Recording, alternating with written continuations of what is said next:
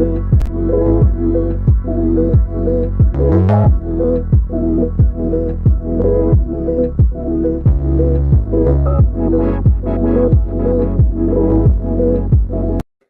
we almost did the show without clicking go live, Bloom, because that's what type of day it is. When Javonte Williams is out for the year, it is a Broncos show. And, well, everyone click like right now. Right now, click like as soon as you possibly can so we can game the system.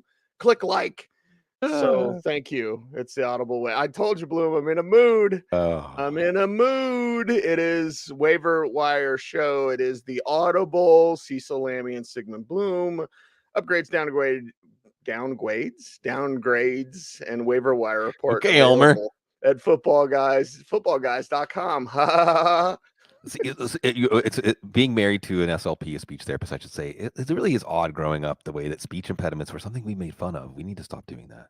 Yeah, well, you still make fun of everything, like with fat people, right? Like that's the one thing that's left over. That's not correct, by the way. And attractive people, one of the last prejudices, and they've measured this, they've done studies to show this, attractive people. So I know that you get all these advantages. Attractive people get treated better too. So yeah, okay, there you go. Injury rounds abound, and we will go with Dr. Gene Bramble. Do we have an Elmer Fudd with Dr. Gene? Huh? Do we have that? We should get on that. Yeah, Brian will get it to us for sure. How about we do Wolverine? Because we missed Dr. Gene.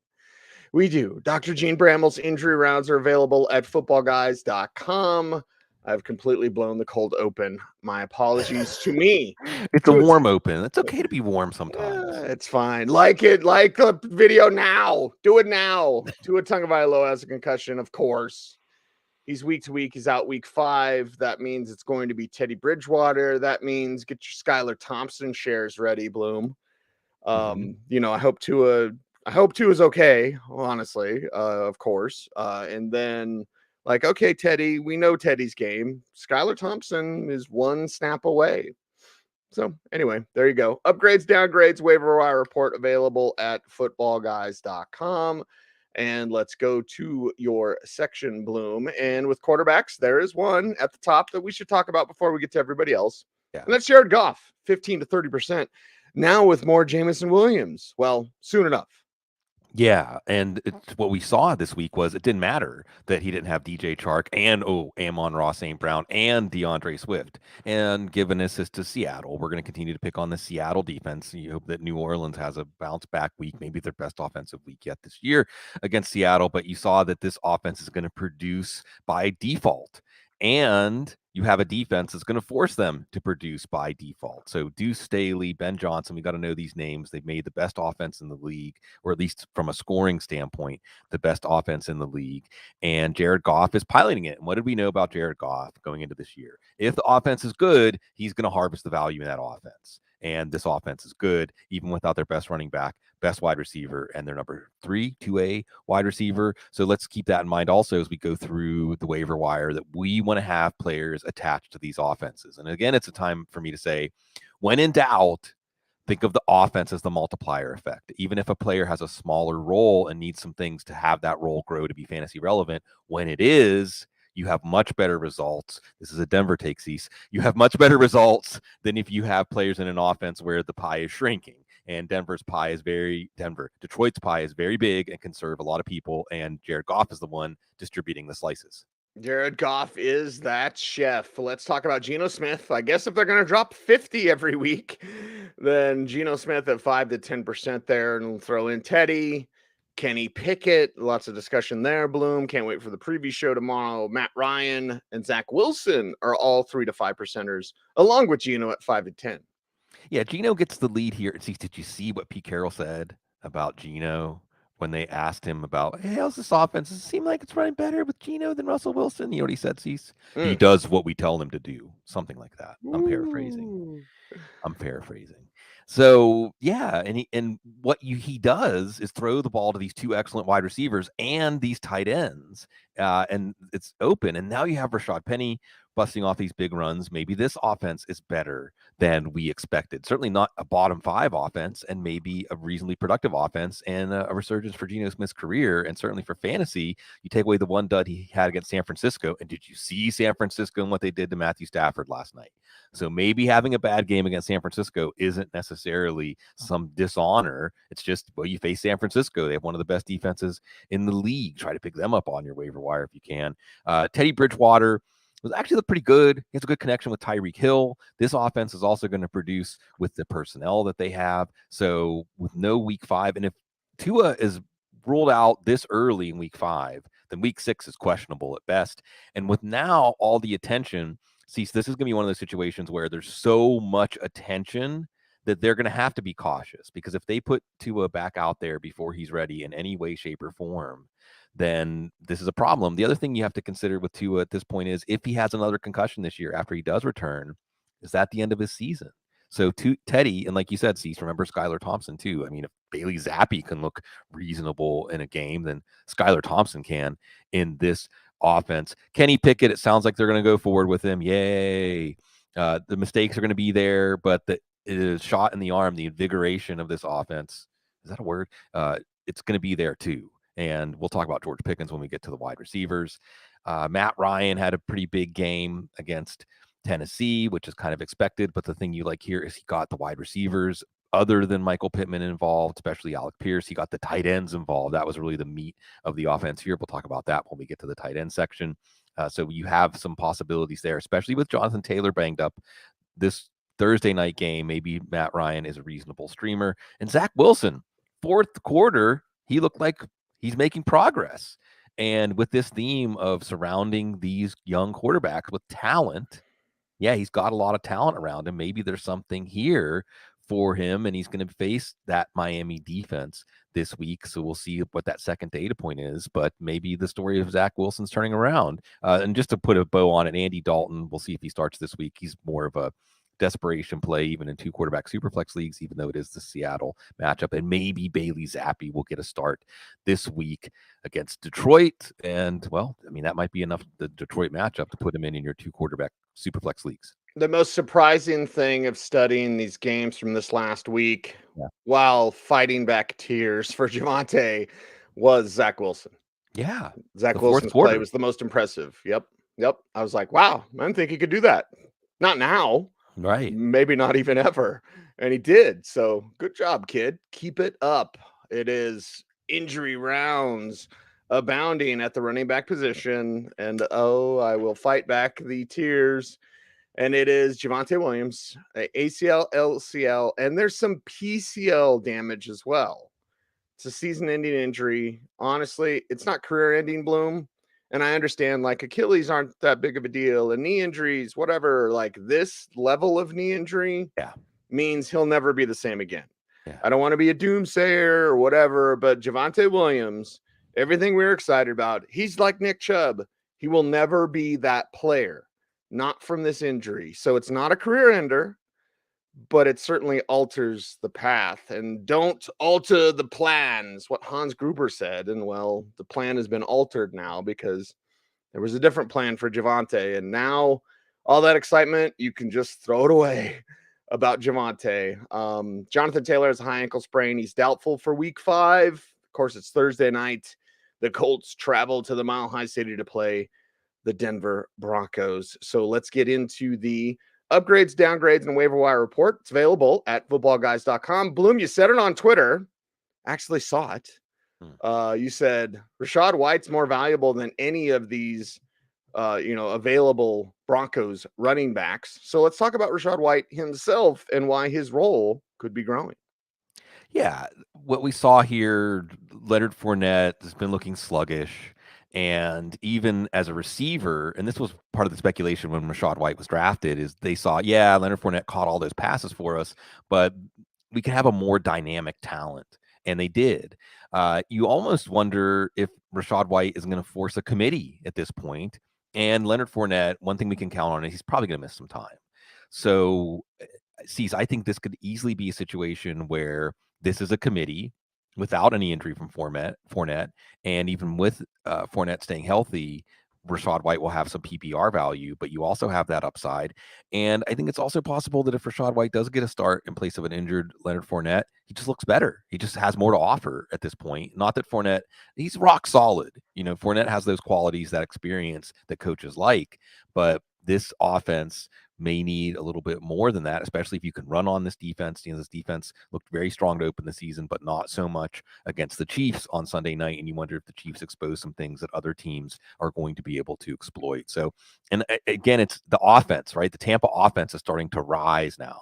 I want players attached to those offenses. Now, I do want to say, since we can talk this through on the air live, like in person, since I published the waiver wire up down report, the news that came in was that indeed the Broncos have signed Latavius Murray. And we'll talk Latavius Murray was already going to be a waiver wire consideration because of how he played.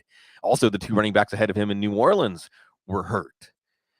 So that really complicates things. And I think it makes it easier to say, more than any Atlanta running back, more than any Denver running back. Now there's two that we're going to consider, assuming Melvin Gordon wasn't dropped. There's one. Right. So, but my point is, this gets more complicated. Javonte Williams was a very important part of the Broncos offense and was going to be one of the keys to their success this year. So I think, again, it's the Atlanta, the Denver running backs are much dicier in terms of pickups and what you're looking at than what you have with White. And again, I want to say, we say this sometimes, but in case people are new to the Waiver Wire show, this waiver wire report that I create every week is used by our app to create waiver wire recommendations. And even if in your league, Rachaad White was drafted in like the 11th round and never dropped, and hopefully you're the person who has him. In other leagues, in public leagues, in casual leagues, he's out there. And those often are the people that are using the app to get recommendations. So we throw that wide net. We wide net it here, like Cecil says. And it's also a chance for us to talk about these players whose values are on the rise. And I think even if Rachaad White is not out there, maybe you can make a trade for him. Maybe you get him thrown in a larger trade. Otherwise, you just see that he's about to take off, and there's a lot more possibilities there than for any Denver or Atlanta running back, at least in my estimation. Rachaad White is also hungry. That's what I love about the kid, is he's hungry for more, and he's wanted this. He's respectfully talked about it, Bloom. There are backfields where guys put on a smiley face. I might be giving you a lassie bark. There are backfields where guys are like, we get along, we are the greatest friends. And then when a guy is not available, the other guy might be happy about that. I'm just saying, I'm guessing. It's a total guess. Everybody, lassie bark. But anyway, so we move on to the Denver situation. Latavius Murray is there. And, here's Nyheim Hines, Raheem Mostert, 7 to 15%. Let's throw in Latavius in that, Bloom. Let's just talk about this Broncos thing so I can get it off my God-blessed chest. Yeah, well, Cecil, I'll just, before I even talk about Hines or Mostert, I'll just ask you this. If someone said, Cecil, I need you. Cecil, I trust you. Yeah. Who should I pick up, Latavius Murray or Mike Boone? It's Latavius Murray. It's Latavius Murray. Mike Boone, you can't trust in pass protection, and that's the problem. There could be people that, say that's the most important thing for a Broncos back and protecting Russ, especially now because this Broncos offense is likely to change. And the Broncos offense, and they're only open one day this week. They're open after this show. I'm going to go out to Broncos headquarters. And it's not like I'm going to see a bunch, right? I'm going to see them stretch. Okay. Stretching is important. Yes. Especially now at our age, Cecil. Oh, it is. Yeah. I did a boot camp on Peloton last 2 days. So, I'm feeling it on that. Get my wrestling take on. But anyway, it's Latavius Murray because they can't trust Mike Boone. In pass protection, they can't trust Melvin Gordon with the fumblings. Now, it's with the flailings. What's the flailings? What's the fumblings? Melvin Gordon knows all about it. When I wrote about this, and there were moving parts, Bloom, I'll tell you more later. But anyway, there was moving parts. So when I had people reaching out to me like, what's going on? And my phone was blowing up, I was like, I'm going to answer certain people on my phone yesterday. But as I'm writing and I'm checking in with people about who are they get. I didn't put Latavius Murray in because I didn't think the Saints would be dumb enough to let him go. Right. Seriously, Latavius Murray springs to mind because you go through practice squad players, right? And I put Duke Johnson in there. I talked about Abram Smith. I talked about trading for Kareem Hunt or trading for Alexander Madison. These were some choices. I was checking in with people. Again, my phone was completely blown up. And I'm sorry if I didn't respond to you yesterday, but like those are the type of moments where, I'm going to talk to certain people in the league. I'm not going to talk to anybody else because I'm digging. So as I was digging, I didn't even really think Latavius Murray. I thought about it, Bloom, but then I was like, New Orleans would never let him go. As soon as you put a claim in for him, New Orleans will sign him active, and they didn't. So the distaste or disdain or distrust for Melvin Gordon is there. Now, Thursday night, he's probably going to get most of everything. Latavius doesn't know much about the offense yet. So, we'll see. I will talk to Nathaniel Hackett in an hour and a half, whatever, 2 hours. So we'll see if he says anything about Latavius there. But if there's one back to get, Bloom, for me, it's Latavius Murray. And Latavius could still a committee, maybe 3-headed committee, but also an offense that is morphing more into pass, Russ, please save us. This is Nathaniel Hackett trying to save his job, and it's week 5, Bloom. Yeah, that's it, right? I mean, that's certainly where we're at here. And I think if there's a bottom line when we're looking at these Broncos backs and these Falcons backs this week, it's let someone else spend 50%. Let someone else expend all this ammo trying to chase something, which is getting more complicated by the minute. Nyheim Hines could start Thursday night against Denver. I know it hasn't clicked yet for Hines. The other thing with Taylor and this ankle injury, maybe he'll be back in week 6. Maybe he aggravates it. We saw Hines get all the carries, touches, snaps behind Taylor, but Indy was down. So, Philip Lindsay was called up. I like how some Denver fans were calling for Lindsay Cease. No, that's not happening. Yeah. That's a no right there. But Lindsay getting called up by the Colts, yes. And maybe as a 0.5% guy if we want to go really deep here. And then Raheem Mostert took the lead in snaps and touches. Yes, Chase Edmonds still got the touchdown, had an opportunity for another one. But I think that Teddy Bridgewater, this offense isn't going to lose much. The running game is starting to get going. And remember, this offense is still learning. So what we're going to continue to see, and maybe we're not going to be able to identify all the cases where this is going to happen, folks. But remember, September's the new preseason. Look at the calendar. It's October now. Some of these offenses are going to get better. Some of these players are going to get more comfortable in new surroundings and new terminologies and new teammates. And I think that it's easy to picture Raheem Mostert continuing to have more success as the lead running back in a Miami offense that is going to put defenses off balance. Cincinnati, their defense had a little bit of an advantage because Miami was off balance because they lost to Buffalo's defense is really, really, really good. And New England's defense is also not too shabby, but we saw what happened to Baltimore. And we think this offense, especially against the Jets, should have a good weekend. Raheem Mostert is out there. He shouldn't be. Right. Bloom, we have one quick question. Yeah. And I hope I don't make Joe mad. I've made so many people mad over the last few days. It's fine. They'll be fine. I'll be fine. It's okay. We're all adults, right? Latavius Murray was at the last Texas versus the Nation game. Right. So we've had some asks. Was it K1? Yes. Love K1. K1, you're all our favorites, man. K1, talking about clarity. Needs that clarity. So we have a drinking game with clarity. Where's our pot stoner degenerate Jason? Because Brian brings up we need shrine games too. You got your shrine game and Senior Bowl bong rips. What in the world do you do that's bad for you, potentially, or whatever? When we mention Texas versus the Nation, it's gonna be a pretty rare mention. Yeah. So it's got to be something special. Like that's that top shelf liquor, right? You're bringing that bottle down, like, oh, that's the good stuff.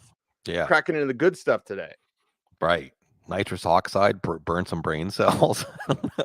Keep your balloon there. I don't know. No, we don't encourage that. We don't That's endorse very that. Dangerous. Just make sure you're sitting down when you do it. No, we don't encourage that. We don't endorse that. See, so I think that that's a good challenge. I don't know. 151 or Everclear. Go down to Bourbon Street and get a hand grenade? Yeah, okay. Yeah, okay. Yeah, Bourbon Street. We were at Pat O'Brien's drinking the Hurricanes, right? Yeah? Yes, that's Okay. That's the starter drink. Oh, The Hurricane is that's a like, finisher for me. well, that's true, and that's how where I am at 47 as a lightweight. But yeah, the hand grenades. I mean, they're trying to show you right there on the drink. This is going to be there's going to be injuries, so be careful. Explosivo. Let's talk about. There's Mike Boone. There's Melvin Gordon. Isaiah Pacheco. Hey, there's Isaiah Pacheco. Ooh. Had to have a Division II return, man. Couldn't draft Isaiah Pacheco. No. By the way, Tariq Woolen had the pick 6 for yeah. I was just like, oh my God, this is like the perfect weekend of terribleness for the Broncos. Pacheco looks good. Tariq Woolen has a pick 6. Montrell Washington still doesn't do anything. Yeah. Hey, I'm shocked. Anyway, let's move on to the next running backs. Bloom, don't get me started. I guess I already got started. We're all started. It's okay. This is real. We're real people. We're actual. We real are people. YouTube robots. Make sure to like, comment, share, subscribe. Remember? So blah blah blah blah blah. Brian Robinson, that makes me happy, right? Yeah. 3 to 5%. Brian Robinson, he's going to be back. So let's round out the rest of these running backs, and of course the Atlanta situation. Caleb Huntley, they finally signed him to the active roster. So here you go, from practice squad to now he's protected on the active roster. So there's Caleb Huntley, and there's Tyler Algier, and a bunch of other guys.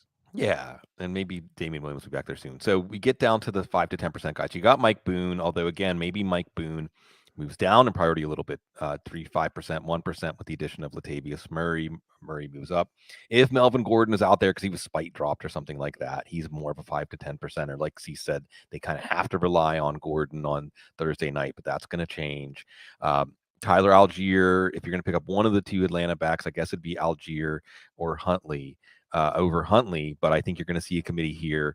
And I think that while the running game got going against Cleveland, we'll see how they do against Tampa. We did see the Chiefs do a good job against Tampa in the running game, which brings us to Isaiah Pacheco. And so someone can come up with a term for this where everybody's fighting at the top for these top waiver wire pickups. Mm-hmm. Atlanta backs, Denver backs, these backfields where there's opportunity, where there's some of the big injuries that are generally getting the plate tectonics going. People like it when it's clear, Bloom, right? Yeah. It's like, look where it's muddy. Don't look where everyone sees where it's clear. You don't listen to this show so we can be like, go get all the obvious guys. Right. Look where it's muddy. Cease, do you have anybody in your family bloodline that was there for like the San Francisco Gold Rush or something? Is this a gold rush? The tip panning for gold. I know there are some rivers in the up in the Rockies that, you know, some creeks, some streams where you can pan for some gold. Look for the muddy situation, but look for the good offense. Look, Kansas City, Denver, Atlanta. Which one of these is a good offense?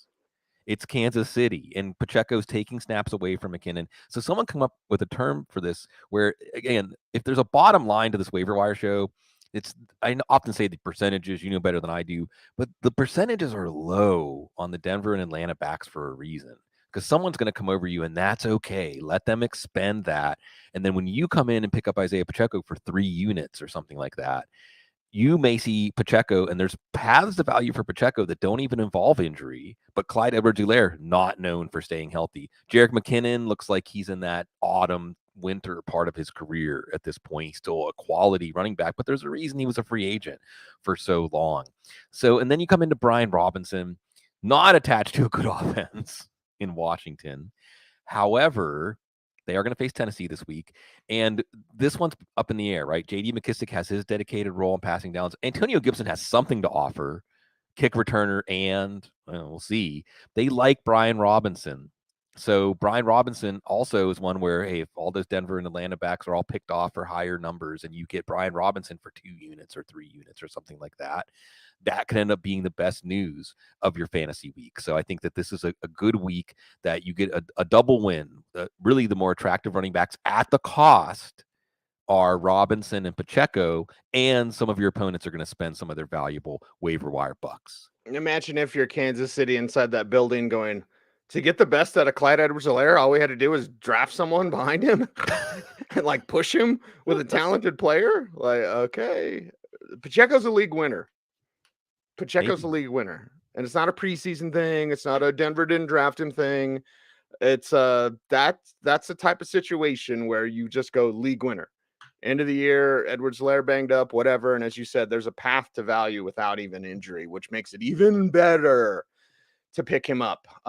Before we get to wide receivers, Bloom, I want to take a moment out because Muhammad chimes in. He says, you guys may not know me, but I know you, and I view you as family. One of the most important things about this show, besides like, comment, share, subscribe, do all that, please. It's so god awful. Create a good product, people. Yeah. Okay, because there are people that game the system out there. Create a good product. That's the most important thing. But the most important thing is the connection, the community for all the entrepreneurs. And as someone who will run across the Gary Vee video once in a while, and the effing Jets. Sorry, Joe. But like the bottom line is building, but being part of a community, right? We're a part of you. You guys are us. We're you. Like, that's it. That's how, what do you do? What's the secret formula? Well, I know there's secret formulas to game the system and the YouTube algorithm, but you know what I'd rather do, Bloom? I'd rather build a family here. Yeah. So we get these yellow boxes and we hang out with our peeps, and that's where it's like, oh, this is home. Yeah. And I think that human connection is our oxygen. Either that or connection back to Mother Earth. That's our oxygen. Those are the things we're that all make us feel connected. better. If everyone knew that, we'd be pretty powerful. We would be powerful. The internet existed long before the internet. We were all already part of a network. We were all already connected to each other, and we all were already passing things back and forth and communicating. Like the fungi. See, you know about the fungus among us? Down, not that fungus, although maybe that's what we could do for Texas versus the Nation. That would be awesome, actually. On the day that I'm wearing my Doc Ellis t-shirt. But you know, underneath the ground, there's fungus that plants use to communicate with each other and pass nutrients and do all kinds of stuff. The internet is not novel. The internet is yet another case. See, everything that human beings have ever done is imitating nature. Everything, because we are of nature. I mean, maybe there's a drops of something else in us. I mean, we're not quite of this earth. There's definitely a part of us, our everlasting soul, that is not truly earthly or physical or material. But otherwise, this form we have taken is very much earthly. We are of this earth, our mother. And we have all these connections with each other. And there's been many figures and many people throughout the years, some of which that religions were built around, trying to communicate that connection to us, right, Cease? And that's why we have these religious and spiritual traditions that last for so long. What's at the heart and center of these things? That we are all connected. We are all part of a oneness. And we use football for that handshake. But also, I think that you say something about building a family, and something I think that people never acknowledge, but I've acknowledged a few times, like, y'all aren't even just spending time with us. You're letting us in your head, right? And that's it's a feeling of acceptance, and y'all give us so much. And I'm just glad that you keep coming back. Let's get crunchy, y'all. Let's talk about the wide receivers now, Bloom. And oh man, Treylon Burks had been looking better than I would ever give him credit for. I get that. I understand that. And again, I just felt bad for the kid because like, he's Debo. He's not Debo. He's the guy to replace AJ Brown. And he had all the problems in the offseason that I won't go over now. And now he's got a left foot injury. He's doubtful for week 5. He's considered week to week. Treylon Burks is down. You want the full injury report from Dr. Gene Bramall? You check out footballguys.com. You want the upgrades, downgrades, waiver wire report at the wide receiver position because of Kenny Pickett. There's George Pickens, 25 to 50%. Let's talk about Romeo Doubs, 20 to 40%. Let's go start with those two first, Blue. Well, with Pickens, I think what we saw is my friend Eric Stoner pops up during the Steelers-Jets game and says, it's Pickens time, and it is, right? And maybe that means it's not Deontay Johnson time, but you like is Pickett to Pickens. It has a nice ring to it, and it's creating something that's going to ring throughout the fantasy world because we just know that Pickens is that guy. He's that dude. And as good as Chris Olave has been in terms of rookie wide receiver production, as good as Drake London has been, Pickens can leave them in his wake. He can absolutely be one of those guys that laps the league if he has the opportunity, and now he does. So if he was dropped out of impatience, and we were saying it, hey, if Kenny Pickett gets in, Pickens is now becoming very interesting. We just thought Mike Tomlin wasn't going to do it so early. And it's a good thing that it really did. It may save the Steelers season. It certainly may save some fantasy seasons. Romeo Doubs is a starting receiver. And we know that Aaron Rodgers likes him. We know that this offense is getting better. Remember, they just got their offensive tackles back. It was still a little disappointing, but we have to give some credit to the New England defense. This week, they're going to play in London against the Giants defense. Is the Giants defense any good? I don't know. I mean, I don't think so. I don't think they're certainly a top half defense. And we may see the Packers in a situation where a lot more people are paying attention, that now it hits them. Oh yeah, Romeo Doubs is a starting receiver for Aaron Rodgers. He's going to be in every week play. So if people were slow to pick him up. And again, I usually use 60% available in Yahoo leagues. If people want to guide me as like a better source to know that I'm not wasting your time. But again, in our show, because we're hanging out, because we're family, it's a chance to talk about these players. Maybe there are other ways that you can take advantage of these trends, of these windows, than simply picking them off the waiver wire. Maybe you make a trade, maybe you do a good DFS lineup, something like that. Romeo Doubs is here to stay. Here to stay as we go through the wide receivers. Isaiah McKenzie, a little bit banged up, Bloom, but we also have Khalil Shakir. I think he needs to be involved in the Isaiah McKenzie conversation. Louder with Crowder is now quieter with Crowder. Right. He's done. And, his career is getting up there where this type of injury for Jamison Crowder means, he'll maybe try to latch on somewhere next year. But either way, large opportunity for McKenzie, a little bit banged up as well. So Khalil Shakir entered the chat. Darnell Mooney, 10 to 20%. And I feel before we get to the other guys, we need to talk about McKenzie and Mooney. Right. And that talent with Mooney. They got a guy. His name's Darnell Mooney. They just need to get him the ball. Yeah, they do. And I'll include Shakir. Shakir's a 3 to 5% guy. But again, Shakir is kind of like Isaiah Pacheco or Brian Robinson, where if you miss out on any of the top names that are out there and you end up getting Shakir for a couple of units, it's McKenzie first. And McKenzie had that 11-catch game last year as the undisputed slot receiver. And now with Jamison Crowder hurt, will he be undisputed? He's coming off a concussion too. So Khalil Shakir could even be the starting receiver in the slot for Buffalo this week against Pittsburgh. Do you remember Pittsburgh? What do they like to do on defense? Match up linebackers against the slot receivers sometimes, for Keenan Allen that one Sunday night. So Khalil Shakir could be someone we're talking about more on the waiver wire next week. And remember that Khalil Shakir also has a path to value. He can play outside. He's a Matt Harmon reception perception favorite. He can also play outside, and Gabriel Davis's ankle might not be quite right. Okay, so there's multiple paths for value here. And what's another message you hear me saying over and over again during this show? Who's the offense he's attached to? What's the offense? It's Buffalo. That sounds good. But that's why McKenzie's higher. And McKenzie has that shorter path to value. He just needs to get over his concussion. This is a scenario where Jamison Crowder going down opens up that door. And then Mooney. And I think, again, the theory for Mooney here is, okay, Justin Fields, I mean, we've seen strange things happen, but boy, it just looks like Justin Fields is not going to be leveling off as a starting quality NFL quarterback, but he can improve. He can get better. And Darnell Mooney had 1,000 yards and whatever you call the Bears offense last year. And Mooney is that good. Hopefully you can still get a dynasty buy low trade offer out for him, because he's still just getting started. And even though he's just a what the heck flex at this point, you see that he can come through in the deep passing game. You see he can make your week on one play, and hopefully the Bears incorporate that into their offense more often. Hopefully they start getting him the ball. Hopefully Corey Davis. And again, Zach Wilson, the most impressive part of watching was Zach Wilson doing his thing. Okay, Corey Davis, 7 to 50%. Devin Duvernay, it's working. Well, did I talk? Rashad Bateman? Anyway, injury report, full report. Yeah, at footballguys.com. So Devin Duvernay there, Josh Reynolds, Bloom. You helped some people out with Josh last week. Robert Woods, 7 to 15%. And let's throw in Alec Pierce, 5 to 10% as well.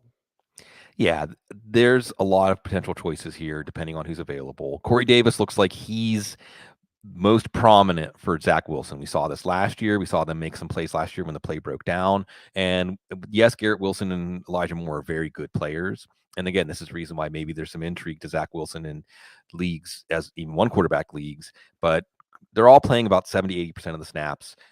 Wilson just seems to look Davis's way more. Now, that can change. It's fluid. But for now, Davis, who we were overlooking, might have some lasting value. Devin Duvernay, he's not going away.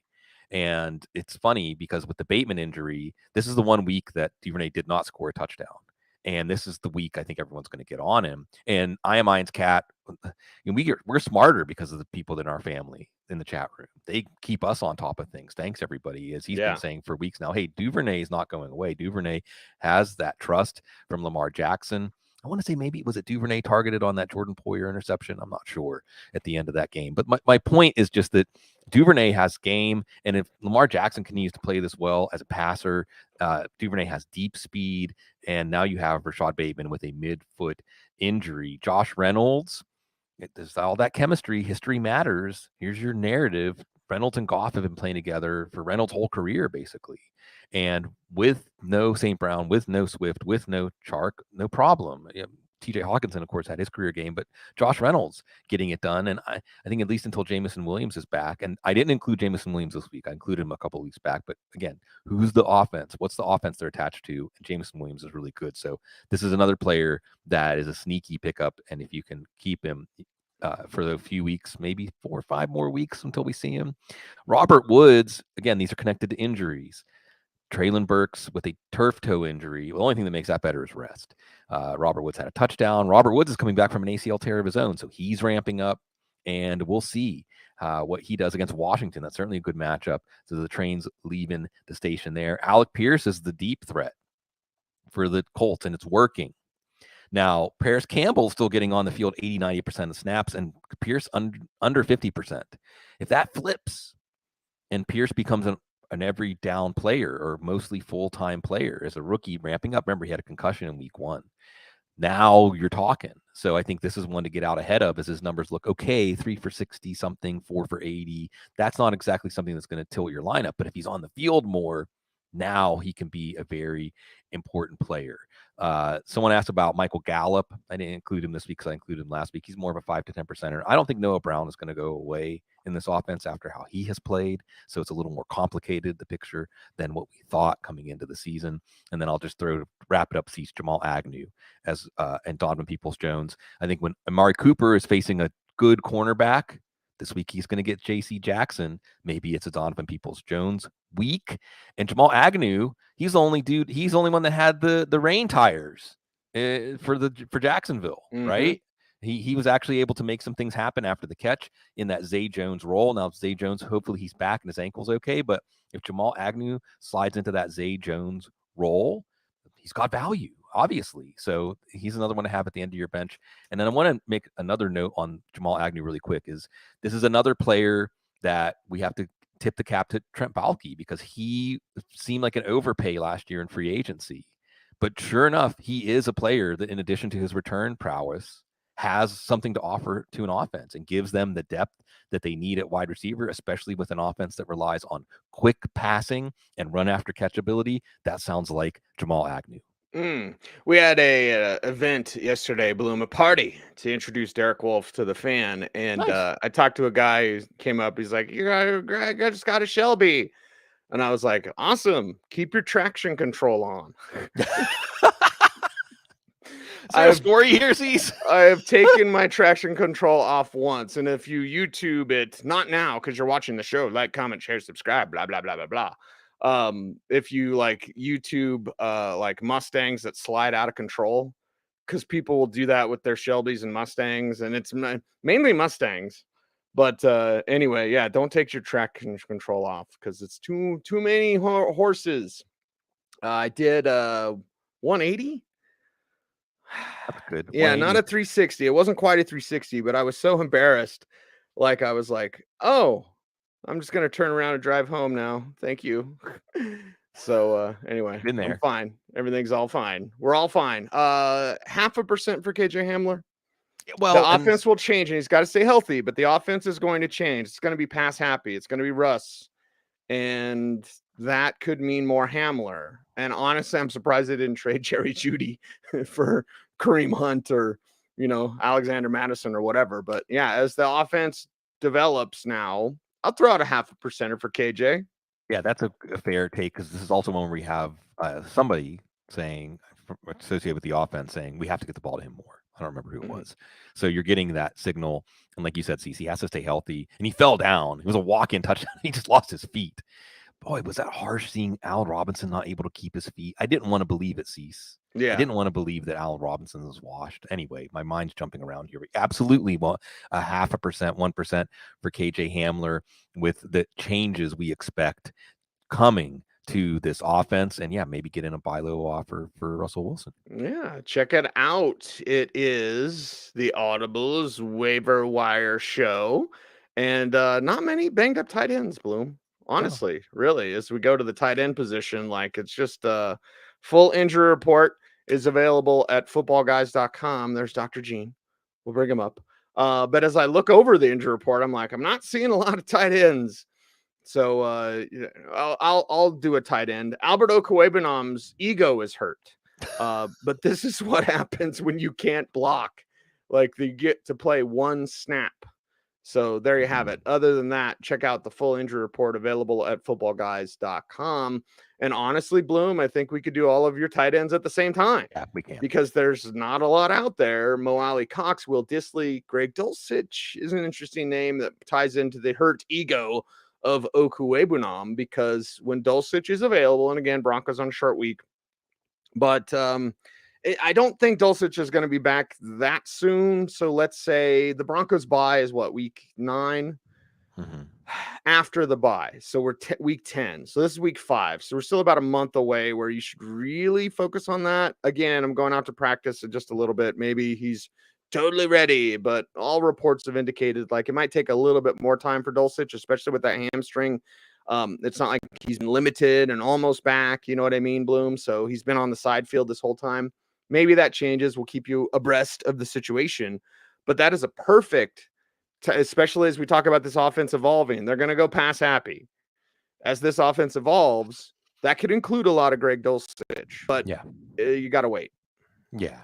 It's tight end. We're all pretty desperate. So as the tight end wheel turns, now it's Mo Alley Cox. And Mo Alley Cox is at least getting the majority of snaps. Kylan Granson has a more ready-made skill set for the passing game. And Jelani Woods is still there. And Jelani Woods had another big play. So that pick is looking like a good pick, and that is going to be a player that contributes. But remember, Cease, what's the line for a tight end being fantasy relevant now? 3 catches, right? If you get 5 targets. When right? Tyler Conklin has like 3 for 43, you're like, yes, that's good. Awesome. Cha-ching. Right. If you can't have one, because even, George Kittle almost had a touchdown last week, but, he ends up at 224 on Monday night. Darren Waller is not going to be what we hoped. Don't even get us started about Kyle Pitts. So the point is you're rubbing 2 sticks together. You're happy with what Dallas Goedert has done, right? Dalton Schultz isn't going to do anything for us. You're thrilled with what Zach Ertz has done. So, hey, don't argue with this. Going back to Mo Alley Cox, by the way, we mentioned Denver has trouble covering tight ends. So even if it's just for this week, you go with Mo Alley Cox. Will Dissly, 3 touchdowns in 4 weeks. Obviously, Geno Smith knows that. See, maybe this is one of those things where maybe we need to revisit like what it's like to be a quarterback, and how you have to give some weight to Pete Carroll says Geno does what he's supposed to, right? He does what we tell him, whatever the quote was. And there are plays, I think, because of the pressure that Metcalf and Lockett put on defenses, there are plays where the middle of the field's open. And Will Dissly, and we saw before his multiple catastrophic injuries, he gets into those spaces and makes the play. And it's tough to bring down after the catch. So even if it's just 4 targets that he's converting into 3 for 39 and a touchdown, that has been the norm. And I think that Dissly's going to be a player that Geno Smith continues to look to when they're calling plays, obviously near the end zone, where Dissly is a read and Dissly's getting open and doing his job. So I would say that we shouldn't expect that to change. And then Dulcich is that, like C said, you may have to wait. But as you said, C, he could have been their 2nd round pick, right? Mm-hmm. Yeah. And they like him. And why did they draft Greg Dulcich? What is Greg Dulcich's job going to be in this offense? Catch the ball. Catch the ball. Get downfield and catch the ball. So there you go. Well, this offense is looking from a Hackett side. It's looking for your Robert Tonyan. He's not Tonyan, and he's certainly not Kittle, but this offense is so tight end friendly. And that tells you everything you need to know about Albert Okwuegbunam. This offense is incredibly tight end friendly. Everybody knows this offense. And if you're a tight end in it and you can't produce and you're playing one snap, that's what they do. They don't play you. All right. This is what they said to Alberto Cuebunam, Nathaniel Hackett. Happy fun baby star. Anyway, you got to get it off your chest. And oh, what a week. What a week, Bloom. And we'll see if my keys work when I go to the facility here in just a little bit. But you got it. Everything in your life, things that are going awry. You need that change. You need the change up. You need something fresh. Then we're here for you. And you've got this segment. You've got this section of the show that is all about you. It's all about what you need to let go. It's in a way almost scream therapy, Bloom. Yeah. And that's a positive thing.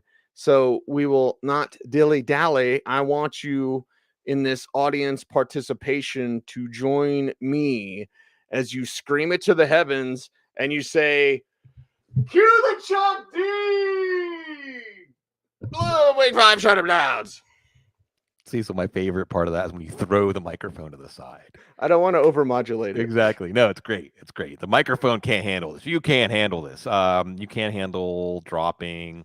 And when you throw here, Mitchell Trubisky, Brian Hoyer in your 2 quarterback leagues, Daniel Jones, if you're holding on to him in 1 quarterback leagues, they are starting to run him. So we may come back to that. Marcus Mariota, just not doing it as a passer. This is going to be a run heavy offense. And then when it's not working, I think we're going to see Desmond Ridder. So, and also I'm trying to be more subtle here. Okay. So there's some players that are hold-ons. We'll get to that. But they're hold-ons only, if Derek Carr, Carson Wentz, and Jared Goff is out there, yeah, I'm dropping them for Jared Goff. At running back, I'm going to sadly drop Javonte Williams. And see, there's Q the Chuck D, but then there's like the Viking funeral. Maybe every week we should also have a Viking funeral segment where we say, like, we're dropping these players, but acknowledging their valor. I think you got to drop Cordell Patterson in your short bench leagues where you don't have injured reserve, just because of a procedure. He's due back, maybe. We don't have information about how long he's going to be out, but if they put him on IR, then that's not good. Justice Hill with Gus Edwards starting to practice again. He's more of a 1%er also. You hate seeing that with Justice Hill, who's been doing really well. We may revisit him. Mark Ingram getting banged up, although now Latavius Murray isn't a saint. Not as easy. Jerick McKinnon, it's not trending in his direction. And I think even if you saw Clyde Edwards-Helaire and Isaiah Pacheco go down, they do still have Ronald Jones on that roster. We're shutting down Traylon Burks. Turf toe, he wasn't doing much anyway. Shutting down Josh Palmer. Josh Palmer is another one getting the Albert O treatment, where it just seems like he's falling out of favor in this offense. Richie James, no, it's not going to happen. Jarvis Landry, a little bit banged up, and Michael Thomas is going to be back. Now, some hold-ons with conditional, okay? Jahan Dotson, if I have to drop Jahan Dotson, who's out with a hamstring injury now, to get a Corey Davis or a Devin Duvernay, I'm probably doing that. Josh Reynolds, Robert Woods, maybe even Alec Pierce, all right? So there's a hold-on, but only to a certain extent. It depends on the cost, right? Juju Smith-Schuster. Cease. Would you rather have Juju Smith-Schuster or George Pickens? Pickens. Would you rather have Juju or Romeo Doubs? Dobbs. Yeah. So I think, Juju's not just drop him with prejudice, but there's some potential guys out there that even Rachaad White, I would probably drop Juju, because I just think we can see that Juju's not going to blow up. He's going to be a contributor to this offense, and he just doesn't look as dynamic. I think that you can see that.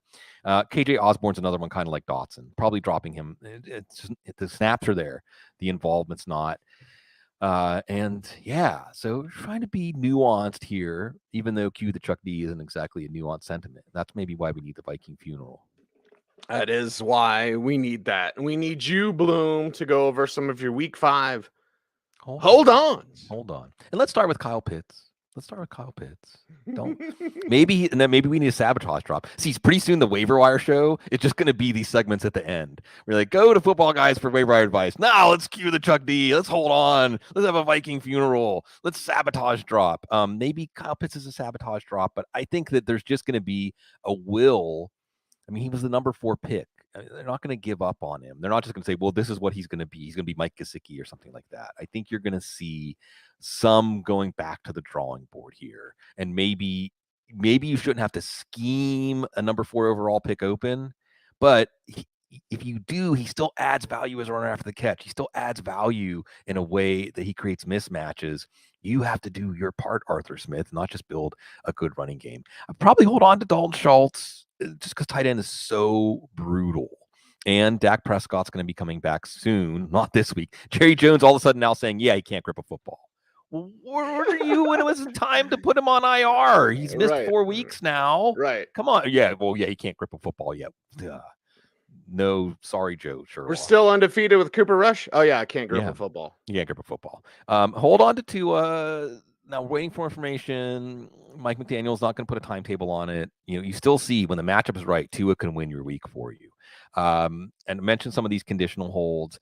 Another unconditional hold here probably is Rashad Bateman. And I think it's because he may even play this week against Cincinnati. Midfoot sounds scary day to day. And these teams have you and I know that basically like day to day, if they don't go on injured reserve and it's not Jerry Jones, means, well, he's not going to be out for 4 weeks. And sometimes teams are wrong or there are setbacks. So that's all we know about Rashad Bateman's foot injury, which is why Devin Duvernay is an attractive pickup. But still, with Lamar Jackson slinging it, with Bateman showing that speed on his long catches and touchdowns already, I'm not ready to drop him yet just because of this mid-foot injury. Bloom, let's get crunchy. I think we've been crunchy this whole show. Yeah. We've always been crunchy. Yeah. You probably already knew that. But Diego, like if there's ever a consciousness connection, Diego says, cue the Bone Thugs Crossroads for Javonte. They're touring right now. See you at the crossroads. Yeah. I bought the I think I've told the story before, so I'll keep it brief. Maybe not. I don't know. But I bought when you live in the country, Bloom, this sounds so bad, but when you live in the country, like going to Walmart's a big deal. So we would drive an hour to go to Walmart. And like I saw The Art of War, a double CD set from Bone Thugs and Harmony. This is in the 90s, of course, the greatest decade of all time. But anyway, so I got it and I got in my Jeep and I was listening to it on the disc changer, which again shows you how old it was. 6 disc changer? 6 disc changer, right? Alpine? Yep. I had Alpine. What I had stock. It came with the Jeep. My very first brand new car that was new to me was a 98 Wrangler TJ Sport. Wasn't the Sahara like I have now, but it was a Sport anyway. And I got a 99 now. But anyway, so like it was edited because it was from Walmart, but I didn't know because it's Bone Thugs and you can't really tell because they're like so fast. So it's like, I don't know. But anyway, because then I've heard the unedited versions of those songs and I'm like, oh, that's what he was saying. Okay. All right. There you go. See, I'll add on a little postscript, Pitchfork. And Pitchfork has a lot of connotations on the internet, the original insufferable music nerds. They released their best 150 albums of the 90s, which, like you said, I'm bringing this up because you said the 90s was the best decade. It was the last decade like where things happened for the first time, I think. And maybe it would have been better if they would have titled it the 150 most influential albums, because it makes a lot more sense as that list than the best albums. You're going to have controversy. This was one of the original things back in the olden days of the internet we did. People put lists up and we argued about it. But actually, Bone Thugs and Harmony, 1999 Eternal, was the number 137th ranked album of the 90s. And that's a tough list to get even in the top 150, because I promise you, if you go look at this list, you're going to say, but what about this? But what about this? What about this? It's because the 90s was pretty awesome in terms of diversity of music, everything spreading out, all kinds of independent music, genre bending and crossing over. So you've always been a big Bone Thugs supporter back from the original origins of the show, and Pitchfork agrees.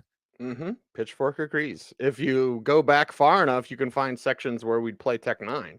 Yeah. I don't know how Joe let us get away with some of the stuff that we did. Maybe he wasn't listening yet. See, they said each track hit like a message to the Grim Reaper. Ooh. The album worked through stages of grief for those whose lives move too fast to properly acknowledge pain, yet need something like closure. Darkly comedic, treating death like an intruder and an unavoidable foe. Yeah. There you go. All right. Sigmund Bloom coming through. You got to send me that list, buddy. Yeah. Got to send me that list. So there we go. Did you know, Bloom? I was watching the Y Files again last night, taking notes in my handy notebook. Did you know that you can't disprove simulation theory? How could you?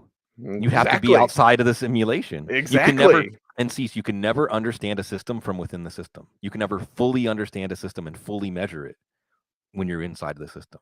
Yeah, and we don't know if we're in base reality, but we're in our reality, and our actions do have consequences. Yeah, choices. Well, you have to make choices, and once you make Yes. your choices, they can never be undone. Yes. Be And it's safe, turtles all the way down. be kind, and know that you are appreciated. That one is for you out there. He is Sigmund Bloom. You follow him on Twitter. Did you like, comment, share, subscribe?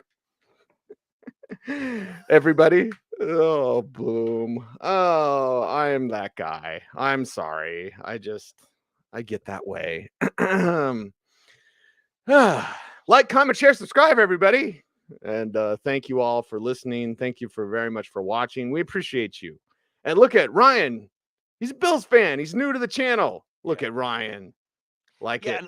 See, so let me take a moment out before we sign off and say that if you are even listening to the end or you're watching to the end, which helps the algorithm, please. Helps the algorithm.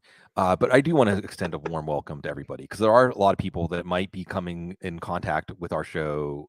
They're new and maybe not through the traditional channels where you're already familiar with Football Guys, you're already familiar with the culture and what we're all about. And thank you. Thanks for giving us a chance. I hope that we can keep you around. Well, and there's a lot of stuff out there. You know what I mean? Oh, like more than ever, every day. More than ever, every day. There's cat videos. You can just watch cat videos all day. I'll set my lineup whenever. Funny cat videos. So there you have it. It is the Audible. We appreciate you. And we appreciate you maybe more than you even know. So thank you all very much for that. He's Sigmund Bloom. Follow him on Twitter at Sigmund Bloom. The show's at the Audible. I'm at Cecil Lammey saying thank you. Stay tuned. And I ask politely today that you stay frosty. And of course, the video didn't play at the end.